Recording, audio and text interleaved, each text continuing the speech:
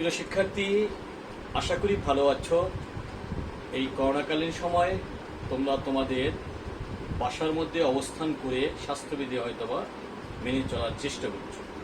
যারা একটু চেষ্টা করো না তাদেরকে অনুরোধ করছি তোমরা স্বাস্থ্যবিধি মেনে চলো, কারণ এর অল্টারনেটিভ কোনো ব্যবস্থা এখন সারা বিশ্বে নেই। কবে কখন করোনার প্রতিষেধক আসবে এটা বলা যাবে না। আমাদেরকে স্বাস্থ্যবিধি মেনে চলাটাই হলো প্রতিষেধকের চেয়ে উত্তম। গত কয়েকদিন আগে এরকম একটা সংবাদ দেখলাম। যাক, আমি তোমাদেরকে আবারও নিয়ে আসতে চাচ্ছি অর্ডিনারি ডিফারেনশিয়াল ইকুয়েশন। ইতিমধ্যে তোমাদের দেখো আমি বোর্ডে লিখে রেখেছি যে 15টা লেকচার কমপ্লিট করেছি, তার মানে অনেক কিছু পড়ানো হয়ে গেছে। আমরা পড়িয়ে ফেলেছি বটে, কিন্তু তোমরা কতদূর পড়েছো এটা নিয়ে আমাদের কনফিউশন। তোমরা বাসায় যদি ঠিকমতো পড়াশোনা না করো, তোমরা বাসায় যদি ঠিকমতো তোমাদের এই কাজগুলো না করো, তাহলে দেখবা তোমাদের এই যে অনলাইন ক্লাসে কোনো কাজে লাগবে না। আর যদি তোমরা বাসায় বসে বসে ক্লাসগুলো ঠিকমতো পালন করো, তাহলে আজকের এই অনলাইন ক্লাসটা তোমাদের জন্য বেশি ফ্রুটফুল হবে। আমি আজকে তোমাদেরকে নিয়ে যেতে চাচ্ছি, আমি বোর্ডে লিখে রেখেছি অর্ডিনারি ডিফারেনশিয়াল ইকুয়েশনের চ্যাপ্টার 14। এই চ্যাপ্টার 14 নিয়ে কি আছে সেটা হচ্ছে, আমার টপিকটা হচ্ছে method of undeterminants coefficient. Method of undeterminants coefficient অর্থাৎ অনির্ণিত সহগ পদ্ধতি। এই পদ্ধতিটা কি বা এটা দ্বারা আমরা কিভাবে কি নির্ণয় করব সেই কথাটা তোমাদেরকে আমি বলতে চাচ্ছি। আমি দেখো এর আগেও তোমাদের আমি লিখেছিলাম function of d of y আর রাইট হ্যান্ড সাইড থাকবে এক্স অফ এক্স, অর্থাৎ এক্স এর একটা ফাংশন। সেটা ই টু দি পাওয়ার এক্স হতে পারে, সাইন এক্স হতে পারে, কজ এক্স হতে পারে, x two the power something হতে পারে। এই ধরনের কোনো ফাংশন যদি থাকে, তার কি করে কমপ্লিমেন্টারি ফাংশন বের করতে হয়, কি করে পার্টিকুলার ইন্টিগ্রাল বের করতে হয়, এই সমস্ত পদ্ধতি বিগত দিনগুলোতে তোমাদের খুব সুন্দর করে করানো হয়েছে। এখন একটু দেখো সেই দিন বিগত দিনের পড়া আর আজকের পড়ার মধ্যে ডিফারেন্সটা কি বা এটা দ্বারা কি হচ্ছে সেই কথাটা তোমাদেরকে আমি ভালো করে বোঝাতে চাচ্ছি। দেখো, এই ধরনের অন্তরীকরণ যদি থাকে, সেখানে আমরা কমপ্লিমেন্টারি ফাংশন এবং পার্শিয়াল ইন্টিগ্রাল এই দুইটা যোগ করে সাধারণ সমাধান বের করেছিলাম। যে সমস্ত ক্ষেত্রে আমরা লিখেছিলাম x of x not equal to 0, এই কাজটা করেছিলাম। আজকে আমরা এই উল্লেখিত পদ্ধতি অবলম্বন না করে নতুন এক পদ্ধতির মাধ্যমে আমরা এই সাধারণ সমাধান বের করতে যাচ্ছি, যে পদ্ধতিটাকে বলা হয় অনির্ণিত সহগ পদ্ধতি, আন্ডার ডিটারমিনেন্টস কোএফিসিয়েন্ট, অনির্ণিত সহগ পদ্ধতি। এই পদ্ধতিতে আমরা ব্যবহার করব চারটা। কি কি? X two the power N, E to the power x, করব সাইন অফ এক্স অথবা কজ অফ এক্স অথবা বিএক্স, যে যা বলো না কেন, এরকম কিছু কথা আমরা এখান থেকে বের করতে চাচ্ছি। তাহলে এই চারটার আকারে থাকবে রাইট হ্যান্ড সাইড, এই চারটার আকারে থাকবে রাইট হ্যান্ড সাইড, অথবা এর গুণফল আকারে থাকতে পারে, যোগফল আকারে থাকতে পারে, বিয়োগফল আকারে থাকতে পারে। এই ধরনের ফাংশন থাকবে রাইট হ্যান্ড সাইডে। সেইগুলো নিয়ে আজকের এই অধ্যায় 14 এর সমাধানগুলো বের করাই হচ্ছে আজকের আমার কোনটা অনির্ণিত সহগ পদ্ধতি। এই পদ্ধতির মাধ্যমে কিভাবে আমাদের সমাধান করতে হয় সেই কথাটা তোমাদেরকে আমি বলার চেষ্টা করছি, তোমরা একটু দেখো। নাম্বার 1 পদ্ধতিটার প্রথম ধাপ হচ্ছে আমরা এখানে দেখো কি মজার জিনিস। কমপ্লিমেন্টারি ফাংশন যখন আমরা বের করেছি, সবসময় আমরা কি করেছিলাম, অক্সিলারি ইকুয়েশন বের করে সেখান থেকে কমপ্লিমেন্টারি ফাংশন c1 ড্যাশ ইত্যাদি প্লাস c2 অথবা φ1 দিয়ে φ2 দিয়ে ইত্যাদি দিয়ে আমরা কমপ্লিমেন্টারি ফাংশনটা বের করে বলেছিলাম। এইটা কিন্তু তখনও যা বলেছি এখনো একই কথা বলবো, তখন আর এখনের মধ্যে কোনো পার্থক্য নেই। প্রিয় শিক্ষার্থী, সেই সময় এবং এই সময়ের মধ্যে কোনো পার্থক্য নেই। তবে আজকে আমাদের পার্থক্যটা আসছে মূলত পার্শিয়াল ইন্টিগ্রাল যেটা আমরা করি ওয়াই অফ পি, এইটা নিয়ে। এইটার বেলার ব্যাপার আগে যেমন ইন্টিগ্রেশন করেছি, আজকে আর ইন্টিগ্রেশন করার কোনো দরকার থাকবে না। এখন এই কমপ্লিমেন্টারি ফাংশনের বেলায় আমার যেমন আগে বলেছিলাম এখনো তাই করব, এই কথাটা যেমন সত্য, কিন্তু সেখানে এই কমপ্লিমেন্টারি ফাংশনের উপর ভিত্তি করে এই যে আমি যে ইউসি লিখেছি, এই ইউসি ফাংশন যেটা থাকবে এবং তার সেট যেটা থাকবে সেই সেটটার মধ্যে কমপ্লিমেন্টারি ফাংশনের কোনো উপাদান আছে কিনা, যদি থাকে তখন এক ধরনের সমাধান করতে হবে, যদি না থাকে তখন এক ধরনের সমাধান করতে হবে। প্রিয় শিক্ষার্থী, আজকে আমি যেগুলোর মধ্যে কি থাকবে না, এই যে আমি কথাটা বলেছিলাম যে আন্ডার ডিটারমিন্যান্টস কোএফিসিয়েন্ট এর যে সেট, সেই সেটের উপাদান ওর মধ্যে আছে কিনা কমপ্লিমেন্টারি ফাংশনের মধ্যে, সেই জিনিসটাই হলো আলোকপাত করব এবং সেই জিনিসটাই আমরা দেখব। যদি না থাকে তাহলে সেই ধরনের অঙ্কগুলো কিভাবে করতে পারি সেটাই হচ্ছে আমাদের একমাত্র লক্ষ্য। আমি যেগুলোর মধ্যে নাই সেগুলো তোমাদের বের করে দিতে চাচ্ছি এবং তোমরা লক্ষ্য করো, আজকে আমার পুরোপুরি ক্লাসটাই চলবে যেগুলোর মধ্যে ওই কি হবে, অনির্ণীত সহগ পদ্ধতির মাধ্যমে করব ঠিকই, কিন্তু আন্ডার ডিটারমিন্যান্টস কোএফিসিয়েন্ট যেটা এর এই সেটের উপাদান সমূহ কমপ্লিমেন্টারি ফাংশনের মধ্যে নাই, সেইগুলোই শুধু আমরা আজকে আলাপ করব এবং পরবর্তী ক্লাসে যেগুলো আছে সেগুলো আলাপ করব। তাহলে প্রিয় শিক্ষার্থী, আজকে নাই যেগুলো সেগুলো নিয়ে আলাপ করতে চাচ্ছি। সেই আলাপের পরিপ্রেক্ষিতে তোমাদেরকে আমি প্রথমেই একটা অঙ্ক দিয়ে যাত্রা শুরু করি। দেখো, তোমাদের কারো কোনো প্রশ্ন থাকবে না এবং সহজে বুঝতে পারবে। দেখো, আমি তোমাদের মাঝে নিয়ে আসতে চাচ্ছি, দেখো, d square minus 1 of y equal two e to the power 2x। তুমি এটা নিয়ে নাও, একটা সমীকরণ। এখন এই ডিফারেনশিয়াল ইকুয়েশনের যখন তুমি কমপ্লিমেন্টারি ফাংশন বের করবে তখন তোমার কাজগুলো কি? তোমার প্রথম কাজ হলো অক্সিলারি ইকুয়েশন বের করা। অক্সিলারি ইকুয়েশনের কথা তোমাদের মনে আছে, ডি এর পরিবর্তে এম বসবে, এম স্কয়ার মাইনাস 1। তুমি তাহলে দেখো, m square equal to 1, this implies m equal to plus minus 1। তাহলে আমাদের অনায়াসে আমরা করতে পারি, একটা মান আসছে -1, একটা মান আসছে +1। তাহলে কি হবে, কমপ্লিমেন্টারি ফাংশন হবে, আমরা যেটাকে আমরা প্রকাশ করি y অফ c দ্বারা, equal to c1 e to the power -x plus c2 e to the power x। প্রিয় শিক্ষার্থী, আশা করি এই পর্যন্ত তোমরা সবাই বুঝতে পেরেছো এবং এই পর্যন্ত তোমাদের কোনো সমস্যা নেই। এই পর্যন্ত সমস্যা থাকার কোনো কথাই নেই, কারণ এই যাবৎকালে দীর্ঘ সময় বসে আমরা এই অঙ্কগুলো বহুবার করেছি। আমি আজকে বলতে বলতে সেই 15টা লেকচারের প্রত্যেকটা লেকচারে এই কমপ্লিমেন্টারি ফাংশন আছে এবং একই প্যাটার্নে অক্সিলারি ইকুয়েশনের মাধ্যমে এটা বের করেছি, তাই তোমাদের আর নতুন করে এটা নিয়ে আলাপ করতে যাচ্ছে। এখন দেখো, এখানে ইউসি এর ফাংশন কোনটা? দেখো, ফাংশন আছে আমাদের, কত আছে, e to the power 2x। e to the power 2x এর যদি ফাংশন থাকে তাহলে আমরা এই কথাটা বলতে পারি। সেই কথাটা হচ্ছে e to the power 2x এর ফাংশন হলে তাহলে এর সেট কত? তাহলে দেখো, এর এবং এর সেট, আর e to the power complementary under determinant কোএফিসিয়েন্টের এর সেট হচ্ছে যা আছে ঠিক তাই, এটার আর কোনো পরিবর্তন হয় না। তোমরা এখানে একটা কথা আছে তোমাদের, এই ফাংশন দ্বারা কিভাবে সেটগুলো তৈরি করতে হয় তার একটা বড় লিস্ট আছে আমাদের। যদিও আমি তোমাদেরকে মুখস্থ করার কথা বলি না, প্র্যাকটিস করে করে তোমাদের করতে হয়। সেই ক্ষেত্রে তোমাদের আমরা সবসময় কি করব, যে প্র্যাকটিস করে করে আমাদের যখন করতে হবে, সেই ক্ষেত্রে আমরা একটা কাজ করব, সেই কাজটা তোমাদের মাঝে উপস্থাপন করতে চাচ্ছি। কি কাজ করব প্রিয় শিক্ষার্থী? সেখানে তোমাদের করণীয় হচ্ছে যে এই যে একটা বিশাল চার্ট তোমাদের সামনে যদি বই থাকে, তোমরা সেই বইটা যদি ফলো করো তাহলে বিশাল একটা চার্ট আছে। সেই চার্টের মধ্যে কি আছে, ইউসি ফাংশনও আছে, ইউসি সেটও আছে।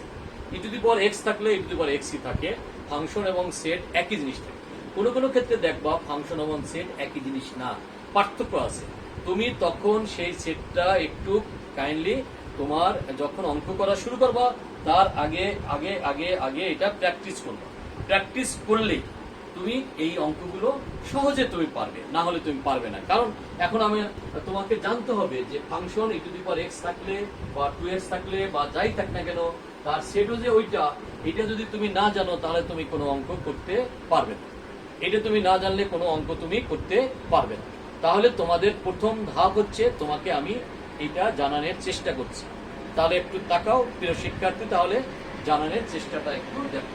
তাহলে কি হলো, এর সেট হলো এটা। এই সেটের মধ্যে দেখো এর কোনো কিছু আছে কি না, আছে না নাই? নাই, কারণ এটা e to the power minus x আছে, e to the power x আছে, এখানে আছে e to the power 2x, তাহলে নেই। তাহলে আমরা কি বলবো, আমরা বলবো যে এই সেটের কোনো সদস্য কার মধ্যে নাই, কমপ্লিমেন্টারি ফাংশনের কোনো উপাদান নয়। তাহলে এই সেটের কোনো সদস্য বা উপাদান কার মধ্যে নাই, ওয়াই অফ সি তে নাই। ওয়াই অফ সি তে যদি না থাকে তাহলে ওয়াইপি নির্ণয় করার আমার একটা পদ্ধতি আছে, সেই পদ্ধতিটা আমরা ধরে নিব y equal to a e to the power যা থাকবে সেটা ই টু দি পাওয়ার 2x। তাহলে আমরা কি ডট করব, আমরা ধরে নেব a equal to e to the power sorry y equal to a into e to the power 2x। এই কথাটা আমাদের সব সময় এটা মনে থাকতে হবে। না থাকার জন্য কিন্তু, যদি থাকতো তাহলে কিন্তু আমরা অন্যদিকে ধাবিত হতাম। প্রিয় শিক্ষার্থী, তাহলে থাকা এবং না থাকার উপর ভিত্তি করে আমাদের এক এক সময় এক এক ধরনের কথা আমরা বলি, সেই কথাগুলো তোমরা একটু মনোযোগ সহকারে দেখো। আমরা এই মুহূর্তে দেখতে পাচ্ছি এই সেটের কোনো উপাদান কোথায়, এই ওয়াই সি এর মধ্যে নাই। যেহেতু নাই সেই কারণে আমরা এটাকে ধরে নিতে হবে যে এর মধ্যে থেকেই একটা সমাধান নিহিত আছে। সেই সমাধানটার জন্য আমি ধরে নিয়েছি y equal to a into e to the power 2x। কার জন্য আমরা এখানে ধরে নিয়েছি, কার জন্য, ওয়াইপি নির্ণয় করার ক্ষেত্রে। হ্যাঁ, ওয়াইপি নির্ণয় করার ক্ষেত্রে। তাহলে এখানে আমি দেখি কয়বার ডিফারেন্সিয়েট করতে হবে, দুবার। তাহলে তুমি এবার লেখো D of y equal to a into 2 E to the power 2x। এটাকে আমরা লিখতে পারি 2a E to the power 2x। যখন দুইবার করব D square y equal two 4a e to the power 2x। এখন এই মানগুলো আমি কোথায় নিয়ে যেতে চাই, প্রিয় শিক্ষার্থী? এই মানগুলো আমি নিয়ে যেতে চাচ্ছি কার মধ্যে, এই যে আমার 1 নং সমীকরণ আছে, সেই 1 নং সমীকরণে এই মানগুলো বসিয়ে তার সমাধান করতে চাচ্ছি। তাহলে আমি দেখি এই মানগুলো যদি বসাই, কোথায়, 1 নং সমীকরণ। 1 নং সমীকরণ হতে পাই ডি স্কয়ার ওয়াই, প্রথমটা আমি পাচ্ছি 4a e to the power 2x minus y equal to পাচ্ছি আমরা a e to the power 2x equal to right hand side আছে e to the power 2x। প্রিয় শিক্ষার্থী, তুমি যদি ক্যালকুলেশন করো তাহলে দেখতে পাবে 4a minus a equal to on, তাহলে মানে 3a ইকুয়াল টু অন। তার কি পাইলাম, a equal to one by, তাহলে আমরা কি পাইলাম, a equal to one by 3। এই যে দেখো এর মানটা বেড়ে গেল, এর মানটা আমি কোথায় বসাবো, এই যে আমার দেখো আমি যে জায়গাটা ধরে নিয়েছিলাম ওয়াই অফ পি নির্ণয় করার ক্ষেত্রে, সেই জায়গাটা এর মানটা বসাতে যাচ্ছি।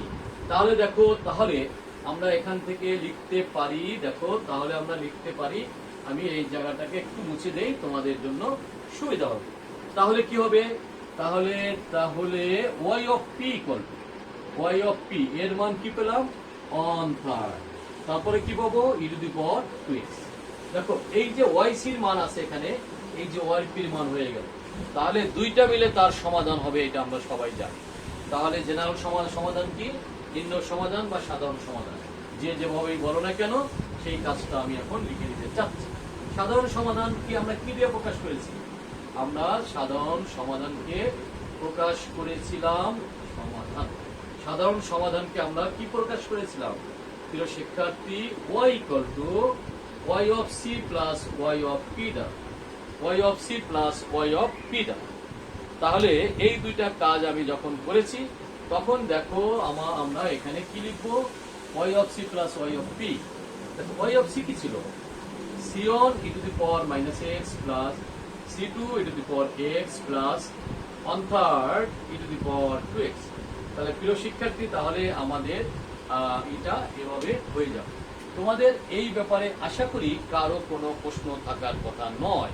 তোমরা যদি এটা একটু মনোযোগ সহকারে করো, তাহলে এই প্রশ্নমালার অঙ্কগুলো অস্বাভাবিক সোজা এবং তোমরা অনায়াসে করে নিতে পারবে। তাহলে দেখো প্রিয় শিক্ষার্থী, কথা বলতে বলতে বা তোমাদের সাথে সামান্য একটু থিওরি বলেছি, বেশি না, কিন্তু জাস্ট একটা দুইটা নিয়ম বলেছি যে এই প্যাটার্নের থাকলে আমার তার মধ্যে কমপ্লিমেন্টারি ফাংশনের মধ্যে ওই সেটের কোনো উপাদান আছে কিনা বা নাই, না থাকলে এক ধরনের কথা, থাকলে এক ধরনের কথা। আমি এ যাবৎকালে যা করলাম দুটাই হচ্ছে এর মধ্যে নেই, যেহেতু নেই সেটা করেছি। এরপরে আমি তোমাদেরকে আরো দু একটা অঙ্ক এই নিয়মের করাতে চাচ্ছি। আসো, আমি যদি আরো একটা অঙ্ক তোমাদেরকে করাই তাহলে তুমি আরো বেশি তোমার এক্সপার্ট হতে পারবে এবং বুঝতে পারবে আসলে ব্যাপারটা কি হচ্ছে। প্রিয় শিক্ষার্থী, তোমাদের জন্য আমি আরো একটা অঙ্ক এখানে চুজ করেছি। দেখো, সব তার আমরা কি করতে চাচ্ছি, এইটাকে বের করতে চাচ্ছি। সেই সমাধান করতে চাচ্ছি কার, d square minus 6d plus 9 of y equal to e to the power x. আগে লিখেছিলাম ই টু দি পাওয়ার 2x, এবার লিখলাম ই টু দি পাওয়ার এক্স। সবচেয়ে মজার বিষয় হচ্ছে যাই লেখি না কেন সবসময় অক্সিলারি ইকুয়েশন একইভাবে করতে হয়। সেই অক্সিলারি ইকুয়েশনটাকে আমরা যদি লিখি তাহলে এখান থেকে আমরা লিখতে পারি অক্সিলারি ইকুয়েশন কি লিখতে পারি, m square minus 6m plus 9 equal to 0। আমরা এখানে লিখতে পারি m minus 3 equal to 0, m minus 3 whole square equal to 0। আমরা লিখতে পারি m equal to 3 into 3। Repetition চলে আসছে, তোমাদের মনে আছে কিনা? যদি কখনো রিপিটেশন চলে আসে, প্রথমটা নরমাল ওয়েতে যা আছে ঠিক তাই বসবে, দ্বিতীয় ক্ষেত্রে কি বসবে, তার সাথে আরো একটা এক্স যোগ করতে হবে। তাহলে আমরা এক্স যোগ করে দেখি কমপ্লিমেন্টারি ফাংশনটা কি দাঁড়ায়, yc ইকুয়াল টু হবে, তাহলে কি হবে, c on e to the power 3x plus এই দেখো c2x e টু দি পাওয়ার 3। আমি আগের অঙ্ক আর এই অঙ্কের মধ্যে একটু পার্থক্য দেখো, আগেরটা একই ধরনের মূল ছিল না, মূল ছিল ভিন্ন ভিন্ন। তখন আমরা c1 plus E to the power x plus c2 plus E to the power x এই কথাটা লিখেছিলাম। এখন কি, যখনই একবার হয় তাহলে একটা x দিয়ে গুণ করতে হয়, যদি আরো একবার হয় তাহলে দুইটা x দিয়ে গুণ করতে হয়, যদি আরো দুইটা x না x স্কয়ার দিয়ে গুণ করতে হয়, যদি আরো একটা রিপিটেশন থাকে x কিউব, যেভাবে ডট ডট ডট ডট সামনের দিকে এগিয়ে যেতে হয়। তাহলে আমাদের এখানে দুইবার যেহেতু 3 এবং 3 আসছে, প্রথমটা অ্যাজ ইট ইজ হবে, দ্বিতীয়টার ক্ষেত্রে অতিরিক্ত একটা x করে নিতে হবে। প্রিয় শিক্ষার্থী, এখন দেখো এই যে yc এর যে করলাম, এখন তোমার ইউসিটা কত, ইউসিটা হচ্ছে ইউসির কি লিখবো, আমরা প্রথম লিখবো ইউসি সেটের সেটটা কেমন আছে, ফাংশনটা কেমন আছে। আগে দেখি ইউসির ফাংশন লিখে নেই, সবসময় কিন্তু আগে ফাংশন লিখে নিই ই টু দি পাওয়ার এক্স। তাহলে ইউসির কি হবে, এটা সেট কেমন হবে, সেটও লিখে নাও। তোমাকে একটু আগে বলেছিলাম ই টু দি পাওয়ার এক্স হলে সেটের বেলাও ই টু দি পাওয়ার এক্স থাকে, এটার কোনো পরিবর্তন হয় না। কিন্তু অন্যান্য অনেক ক্ষেত্রে কিন্তু পরিবর্তন আছে। এই কারণে তোমাদেরকে আমি বলি, তোমরা অবশ্যই মুখস্থ করে নিতে হবে। এই একটা চার্ট আছে তোমাদের বইয়ে, দেখো প্রথমে সেই চার্ট যদি মুখস্থ করো তাহলে তোমার এই কথাগুলো তোমাদের কখনোই আটকাবে না। প্রিয় সহকর্মী, তাহলে তোমরা, প্রিয় শিক্ষার্থী, তাহলে তোমরা দেখো এই কথাগুলোর উপর ভিত্তি করে, এই কথাগুলোর ভিত্তি করে আমরা নতুন করে y অফ p নির্ণয় করব। এখন যেহেতু দেখতেই পাচ্ছি এই কথা কোথায় এর মধ্যে কোনো মিলে গেছে, মিলে যায়নি, তার মানে ওই উপাদানগুলো এর মধ্যে নেই। যেহেতু নেই তাহলে আমরা একেবারেই ধরে নিতে হবে, ধরি yp নির্ণয়ের ক্ষেত্রে কি লিখতে চাই, yp নির্ণয়ের ক্ষেত্রে আমরা কি লিখতে চাই, y equal to a e to the power যা থাকে তাই, ই টু দি পাওয়ার কি আছে, যে ফাংশনটা থাকবে সেটা লিখে নিতে হবে। তাহলে আমরা লিখবো কি, a e to the power যা আছে ঠিক তাই। প্রিয় শিক্ষার্থী, এরপর আমরা দেখব কবার ডিফারেন্সিয়েট করতে হবে, একবার না দুবার না তিনবার, তা নির্ভর করবে এই ডি এর ঘাতের উপর। এখানে আছে দুবার, তাহলে আমরা এখান থেকে লিখতে চাই d of y equal to, একই জিনিস আসছে a to the power x, d square y equal to পাচ্ছি a to the power x. প্রিয় শিক্ষার্থী, তাহলে আমরা এখানে লিখতে চাচ্ছি, কি লিখতে চাচ্ছি একটু তাকাও, কোথায় আমি একটা ইকুয়েশন এখানে দেইনি, সেই ইকুয়েশনটা একটু দিয়ে আসি। এই ইকুয়েশন অন এ আমরা লিখতে চাচ্ছি, কি লিখবো, ইকুয়েশন অন থেকে পাচ্ছি, প্রথম হলো ডি স্কয়ার ওয়াই হলো a e to the power x minus 6, d এর মান হলো e to the power a e to the power x, y এর মানটাও হলো a e to the power x, equal to ডান দিকে আছে এ টু দি পাওয়ার এক্স। একটু দেখো 9 এর 10, 10 থেকে 6 গেলে থাকে 4, তাহলে 4 8 রাইট হ্যান্ড সাইড থাকে অন। যেহেতু আমরা জানি e to the power x not equal to 0, এই কথাটা আমরা বলতে পারি a ইকুয়াল টু 1/4। এর মানটা যখন চলে আসবে তখন তোমরা অনায়াসে ওয়াইপি এর মানটা নির্ণয় করতে পারবে। কোথায়? যেখানে তুমি এর মানটা ধরেছো সেই ক্ষেত্রে তুমি তখন বলবা এর মানটা বসিয়ে দিব, তাহলে ওয়াই অফ পি, তখন y of p equal to হবে কি হবে 1/4 ইনটু দি পাওয়ার এক্স। ওয়াই অফ পি বের হওয়া মানে হলো আমার সমাধানের পথে এগিয়ে যাওয়া। সমাধানে কি ছিল? একটা ছিল ওয়াইসি আর একটা ছিল ওয়াইপি, দুইটার যোগফলই হচ্ছে সাধারণ সমাধান। তাহলে আমি ওয়াইসির মান লিখবো, ওয়াইপির লাগবে, তখন আমার কি আসবে? দুইটা মিলে একসাথে আমার সাধারণ সমাধান চলে আসবে। প্রিয় শিক্ষার্থী, তাহলে আমি এখন এই কথাটা একটু এখানে লিখে নিতে চাচ্ছি। কি লিখে নিতে চাচ্ছি? তোমাদের এখানে উপরে একটু মুছে দেই।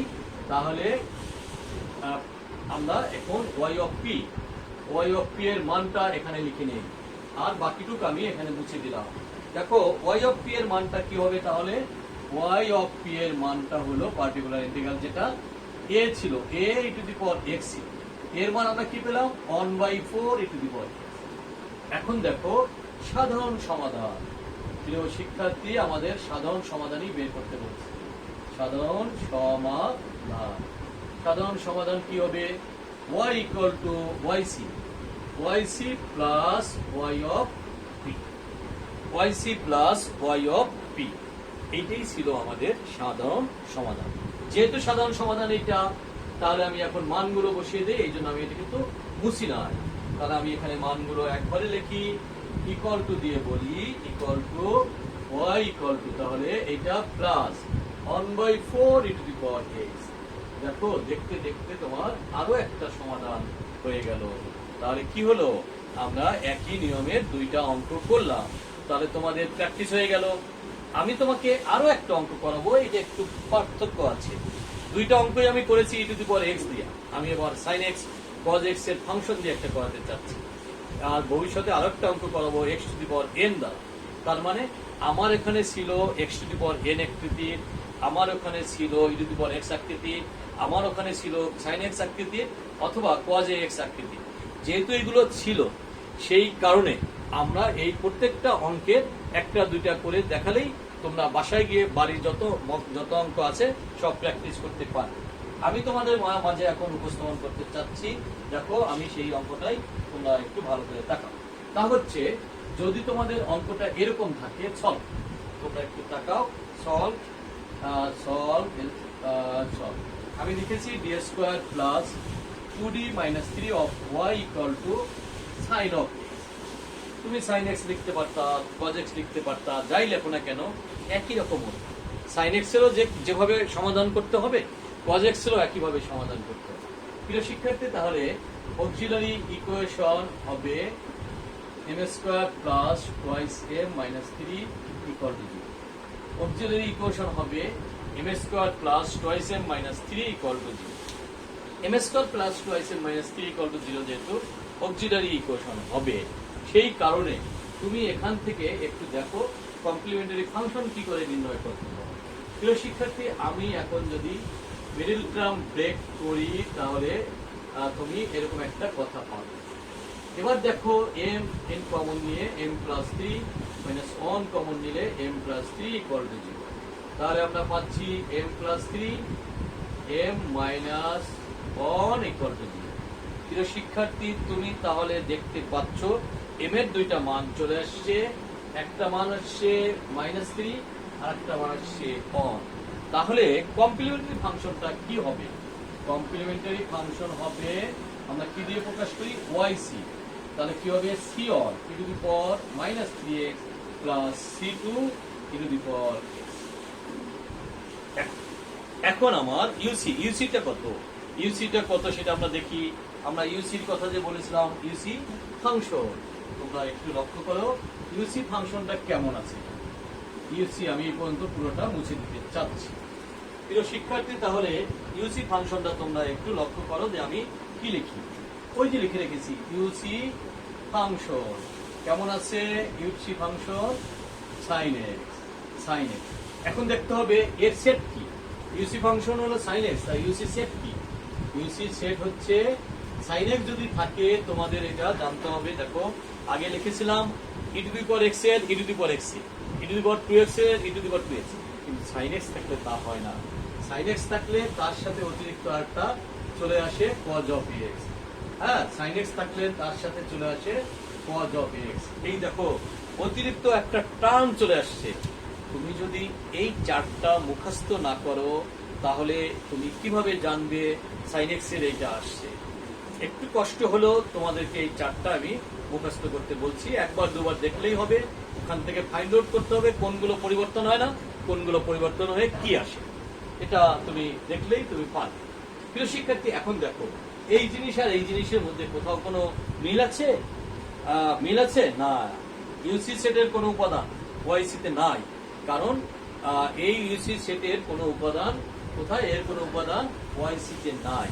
না থাকিলে আমরা এখন কি করতে হবে সেই কথাটা এখন দেখি। কি লিখতে হবে?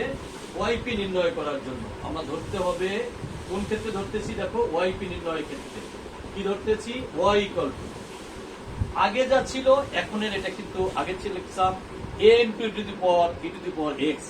এবার কিন্তু তোমার দুইটা টার্ম আছে, এ লিখবো যা আছে তাই, বেশ অতিরিক্ত আরেকটা আছে, এই জন্য আরেকটা পার্ট আমাকে লিখতে হবে। এই এ বি হলো ধ্রুবক, এ সাইন এক্স লিখতে হবে একটা, আরেকটা লিখতে হবে বি কজ এক্স। একটা এ সাইন এক্স আর একটা বি কজ অফ এক্স। এই দুইটা তোমাদের নিজেদের থেকে মনে রেখে এই কাজটা করতে হবে, না হলে কিন্তু তোমরা ভুল করে ফেলবে। প্রিয় শিক্ষার্থী, যখন তোমার এটা হয়ে গেছে তখনই তোমাদের মনে করতে হবে কয় ঘাত আছে, এখানে আছে 2 ঘাত। তাহলে তুমি ডি অফ ওয়াই বের করো। ডি অফ ওয়াই হবে a cos of x minus b sine of x. A cos of x minus b sine of x. তোমাকে বের করতে হবে d square y minus a sine of x minus b sine of এর জায়গায় cause of x হয়ে গেল তোমার। এখন এই মানটা আমি কোথায় বসাবো? এই মানটা আমি ইকুয়েশন 1 এ বসাবো। তাহলে কি হলো, ইকুয়েশন 1 এ ছিল আমার ডি স্কোয়ার, তাহলে minus a sine x minus b cos of x minus 2 into ছিল আমার, minus plus 2 into dy. Dy মানে কত?